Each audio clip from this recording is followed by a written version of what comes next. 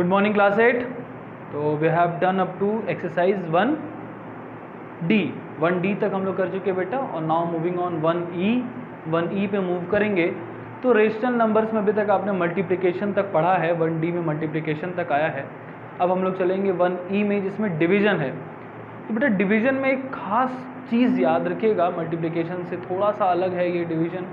कैसे अलग है, क्या चीज़ें याद रखने वाली हैं, तो याद ये रखना है हमको बेटा कि अगर कोई नंबर है a बाई बी, ठीक, इसको कोई नंबर डिवाइड करता है c बाई डी, ठीक है, तो ये क्या हो गया, ये नंबर क्या हो जाएगा, डिविडेंड, ये क्या हो जाएगा, डिवाइज़र, और जो रिजल्ट आएगा वो क्या होगा, कोशेंट होगा। रिजल्ट क्या होगा इसका, कोशेंट। ये आपका क्या है, डिविडेंड है और ये डिवाइज़र है, ठीक है, और जो रिजल्ट आएगा आपका वो क्या है, कोशेंट है। तो ये चीज़ पहले तो याद रख लीजिए। दूसरी चीज़ जो मैं आपको बताना चाहता हूँ वो क्या है, वो समझिएगा, ध्यान से समझिएगा। यहाँ से डिवीजन की प्रॉपर्टी क्या है।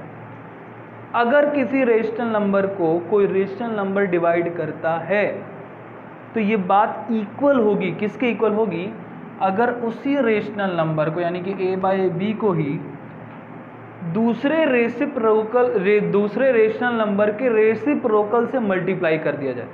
बात समझ में आ गई। जैसे कि अगर हमें इस चीज़ की वैल्यू फाइंड करनी है, यानी कि if a rational number divides another rational number, if a rational number divides another rational number, अगर कोई रेशनल नंबर किसी रेशनल नंबर को डिवाइड करता है तो जो रेशनल नंबर जो आपका डिविडेंड है ना, उसको एज इट इज़ राइट कर दीजिए, और जो आपका डिवाइज़र है उसके रेसिप्रोकल से आप मल्टीप्लाई कर दीजिए। रेसिप्रोकल मतलब न्यूमरेटर को डिनोमिनेटर की जगह पे, डिनोमिनेटर को न्यूमरेटर, उलट देना है एकदम, ठीक है, इसी को रेसिप्रोकल कहते हैं। यानी किससे मल्टीप्लाई करते हैं हम, डी बाई सी से। तो ये जो होगा इसकी वैल्यू और इसकी वैल्यू क्या होगी, सेम होगी। क्लियर।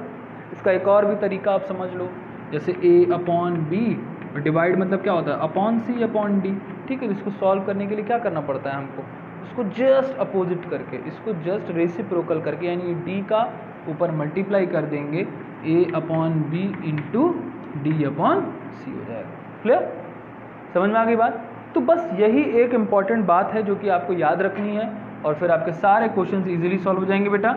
देखिए अब आपको पता चल गया क्या करना है, तो अब आप क्या करोगे, अब आपको क्वेश्चन दिया सिंप्लीफाई। सिंप्लीफाई मतलब इसको सिंप्लीफाई करना है, इसको ऐसा बना देना है ताकि ईजिली आप इसका वैल्यू निकाल सको, ईजिली टू अंडरस्टैंड हो जाए। तो 4 अपॉन 9 है डिवाइडेड बाई -5 अपॉन 12, तो आप क्या करोगे, लिखोगे इक्वल टू 4 अपॉन 9, डिवाइड की साइन है। अब इस डिवाइड को मैंने बताया कि अगर इसकी जगह डिवीजन की जगह इस साइन को अगर हम क्या करते हैं, डिवीजन की जगह मल्टीप्लिकेशन में चेंज कर दें, तो हमें क्या करना होगा, इसका रेसिप्रोकल करना होगा। कर देते हैं, इनटू, डिवाइड की जगह क्या किया हमने, इनटू की साइन लगाई। अब इसका रेसिप्रोकल करेंगे ना, 12 अपॉन 5, ठीक, क्लियर। माइनस था तो माइनस रहने दीजिए, ठीक है। अब क्या होगा, अब देखो बेटा, अब जरा हम खोजेंगे, कुछ कॉमन मिल रहा है, कटना पिटना कुछ हो रहा है। तो अब देखिए कि ये 12 और 9 दोनों ही 3 के टेबल में आते हैं, दोनों ही आते हैं। तो जरा हम इसको स्टैंडर्ड फॉर्म में कन्वर्ट करें, थोड़ा कट पिट करें। 3 से हमने इसको डिवाइड किया तो 3 3 जा 9, 3 4 जा 12, ठीक है। याद रखिएगा कि हमेशा न्यूमरेटर और डिनोमिनेटर में ही जो है वो क्या होगा, न्यूमरेटर से डिनोमिनेटर का डिवीजन ही होगा। कभी ऐसे मत करिएगा 4 से 4 कट गया, नहीं, 4 से 4, अभी कभी ऊपर क्या है, मल्टीप्लाई है, डिवीजन क्या है, ऊपर से नीचे का है ना। तो बेटा हमेशा याद रखिएगा कि न्यूमरेटर और डिनोमिनेटर में ही डिवीजन का आप जो है कि प्रॉपर्टी लगा सकते हो और डिवाइड कर सकते हो। कभी न्यूमरेटर से न्यूमरेटर का डिवीजन नहीं कर देना, ठीक है। तो आपने इसको कट किया। अब देखिए 3 और 4 क्या दोनों सेम टेबल में आते हैं, नहीं आते। अब इधर भी चेक कर लीजिए, 4 और 3 आते हैं, नहीं आते हैं। 4 और 5 आते हैं, नहीं आते। 5 और 4 आते हैं, नहीं आते। अब कुछ भी हमें ऐसा नहीं मिल रहा है जो कि सेम टेबल में आए और डिवाइड हो। तो अब क्या करते हैं, अब एज इट इज़ राइट करते हैं, यानी कि 4 अपॉन 3 इंटू 4 अपॉन -5, ठीक। 4 इंटू 4 कर दीजिए, कितना हो जाएगा, 16 हो जाएगा। 4 का टेबल याद है ना, 4 4 जा 16। 3 इंटू 5 करिए, 3 5 जा क्या हो जाएगा, 15 हो जाएगा। माइनस साइन अभी भी नीचे है, लेकिन जब मैंने आपको स्टैंडर्ड फॉर्म पढ़ाया था तभी आपको याद दिलाया था कि कभी भी स्टैंडर्ड फॉर्म न्यूमरेटर, कभी भी ये रेशनल नंबर स्टैंडर्ड फॉर्म में तभी माना जाता है जब इसका माइनस साइन जो हो वो न्यूमरेटर में हो, ना कि डिनोमिनेटर में। तो आप इसको न्यूमरेटर में कन्वर्ट कर दोगे, उसके लिए आप क्या करोगे, -1 का मल्टीप्लाई करोगे।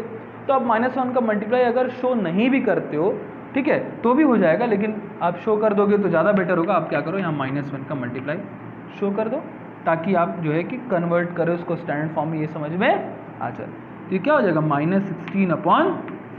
ठीक है, अब ये याद नहीं दिलाना पड़ेगा ना कि कैसे माइनस चेंज हुआ, ये तो याद है ना आपको, कई बार बताया जा चुका है। क्लियर, समझ में आई बात? दोबारा से एक बार देख लीजिए आप। 4/9 डिवाइडेड बाई -5/12। तो मैंने आपको अभी जो बताया कि a/b डिवाइड बाई b/c/d कर लो, इज इक्वल टू क्या होगा, a/b इंटू d/c, यानी कि ये इसके इक्विवेलेंट होगा। तो वही चीज़ मैंने की, मैंने ये तो ऐसे ही राइट किया, लेकिन यहाँ पे डिवाइड की जगह इंटू का सिंबल लगाया और इसका रेसिप्रोकल राइट कर लिया। क्लियर, उसके बाद इसको मैंने कट किया, फिर ऐसे इसको मल्टीप्लाई किया, फिर इसको स्टैंडर्ड फॉर्म में कन्वर्ट किया और ये आपका आंसर आ गया। क्लियर है बेटा? ऐसे ही आपको क्वेश्चन 1 करना है। क्वेश्चन 2 में क्या है, verify whether the given statement is true और फॉल्स। आपको वेरीफाई करना है कि जो आपका गिवन स्टेटमेंट है वो ट्रू है कि फॉल्स है। तो कैसे वेरीफाई करोगे, वही प्रोसेस LHS और RHS वाला। ठीक है, आप एक क्वेश्चन देख लीजिए।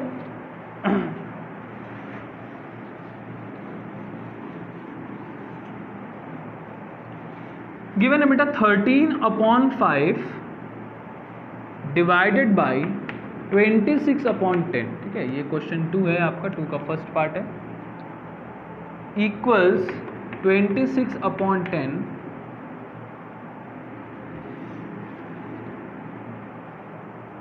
Divided by 13/5। अब आपको ये प्रूफ करना है कि क्या ऐसा है कि अगर एक रेशनल नंबर को दूसरा नंबर डिवाइड कर रहा है और उसका उलट दें हम लोग, यानी कि डिवाइज़र ये आपका डिविडेंड, ये डिवाइज़र, यहाँ पे ये डिवाइज़र हो गया और ये डिविडेंड हो गया, तो क्या सेम आंसर आएगा? क्या ऐसा होगा? जरा चेक कर लेते हैं हम लोग।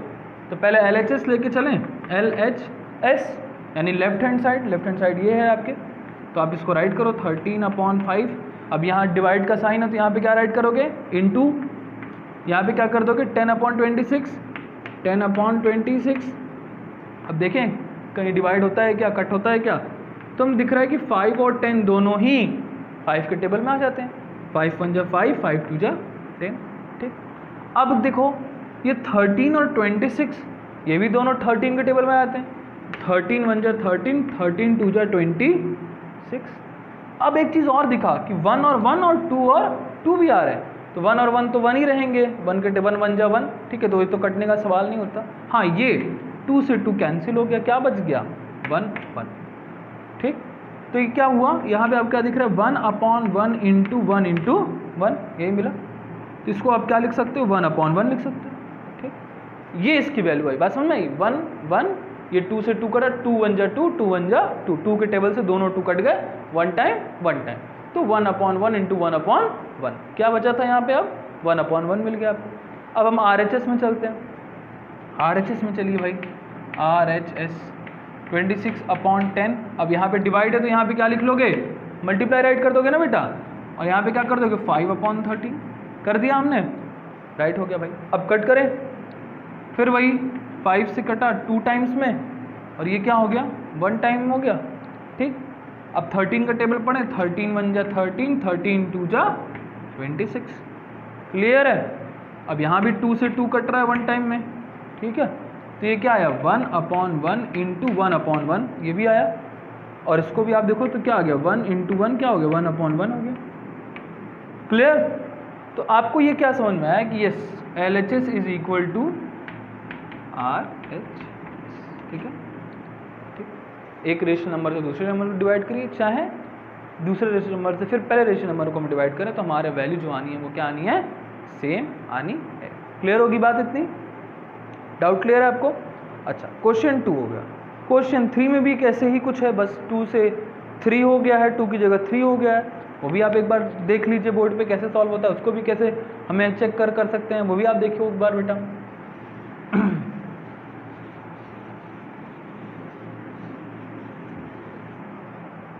क्वेश्चन 3, बेटा क्वेश्चन 3 कह रहा है कि 5/9, ठीक, डिवाइडेड बाई 1/3, ये डिवाइड हो गया 1/3, फिर डिवाइड हुआ 5/2 से, और ये जो इक्वल होगा किसके, 5/2 divided by 1/3 divided by 5/9, 5/2, sorry यहाँ 5/2 है और ये 9, क्लियर। अच्छा, अब इसको भी चेक कर रहे हैं, वही सेम प्रोसेस, पहले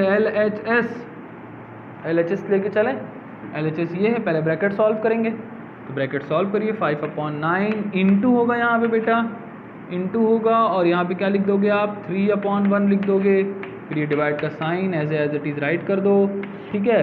इसके बाद नेक्स्ट, अब देखिए 3 जा 9, 3 1 जा 3, 3 3 जा 9, 3 टाइम्स में कट हुआ, 5 × 1 5, 3 1 जा 3 डिवाइडेड बाई 5/2, ठीक, फिर डिवाइड है, फिर अगेन इस डिवाइड को मल्टीप्लाई में चेंज किया और इसका रेसिप्रोकल 2/5 कर दिया, फिर 5 1 जा 5, 5 1 जा 5 कैंसिल हो गया, 2 और 3 तो सेम टेबल में आता नहीं है, नहीं कैंसिल होगा, तो क्या हो जाएगा, 2 1 जा 2, 2 × 1/3 × 1 दैट इज 2/3, ये आ गया आपका LHS। अब चले RHS पे, RHS पे चलो बेटा, इधर देखो 5/9 एज इट इज़ राइट कर दो, क्योंकि पहले ब्रैकेट सॉल्व करते हैं, चलिए पहले ब्रैकेट सॉल्व करते हैं, 1/3 इंटू 2/5, कोई डाउट क्यों हुआ, क्योंकि मैंने डिवाइड को मल्टीप्लाई में चेंज किया, तो ये अपने आप रेसिप्रोकल हो जाएगा, ठीक है। अच्छा, अब यहाँ तो कुछ नहीं कट रहा, सब एज इट इज़ है, एज इट इज़ छोड़ो, 5/9 रखो, फिर डिवाइड रखो, अब 1 2 जा 2, 3 5 जा 15 हो गया, ठीक। नाउ अब फिर से डिवाइड साइन दिख रहा है, उसको हटा के हम मल्टीप्लाई का साइन लगाएंगे, तो फिर से रेसिप्रोकल होगा, 15/2 हो जाएगा, 15/2 हो गया ये।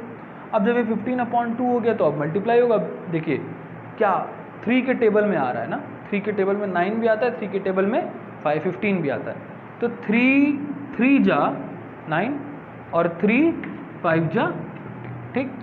अब क्या बचा आपके पास, यहाँ बचा 5 × 5, यहाँ बचा 3 × 2, तो क्या हो गया ये, 5 5 जा 25 और 3 2 जा 6, यानी कि 25/6। तो क्या 25/6 जो आया वो 2/3 के इक्वल है, नहीं है, वो स्मॉलेस्ट फ्रैक्शन में कन्वर्ट भी नहीं होगा, वो कटेगा भी नहीं। चेक कर लो एक बार फिर से, क्या हम लोगों ने सही किया है, हाँ 1/3 था, इसको इंटू बनाया, 2/5 को 5/2 लिखा, कुछ नहीं कट रहा है, 3 5 जा 15 ही होगा, 2 1 जा 2 ही होगा, फिर यहाँ पे 5/9 है, फिर मल्टीप्लाई का सिंबल लगाया, फिर 2/5 को 15/2 कर लिया, फिर अब क्या हो गया, अब हमने देखा कि 15 से 3 कटेगा, तो 3 5 जा 3 3 जा, और ये आपका आंसर है 25/6। यानी कि ये पता चला हमको कि ऐसी कंडीशन, ये नॉट इक्वल टू ये फॉल्स है, ये स्टेटमेंट ट्रू नहीं होगा, ये फॉल्स होगा, क्योंकि जब भी 2 रेशनल नंबर आपस में डिवाइड करेंगे ब्रैकेट में और उसके बाद उसको थर्ड रेशनल नंबर डिवाइड करेगा, तो ऐसा नहीं होगा कि लास्ट 2 रेशनल नंबर को डिवाइड करके उनको आप थर्ड रेशनल नंबर से फर्स्ट रेशनल नंबर से डिवाइड कर लो, क्लियर। अच्छा, तो ये 3 क्वेश्चन आपने कर लिए, 3 क्वेश्चन आपने कवर कर लिए। इसके बाद क्वेश्चन नंबर 4 से लेके बेटा नेक्स्ट क्वेश्चन नंबर 10 तक हम लोग अगले वीडियो में देखेंगे कैसे करना है, कैसे सॉल्व करना है इसको। तो क्वेश्चन नंबर 1 2 3 आपका कंप्लीट हो गया। अब क्वेश्चन नंबर 4 से हम लोग नेक्स्ट वीडियो में आएंगे। Okay, thank you.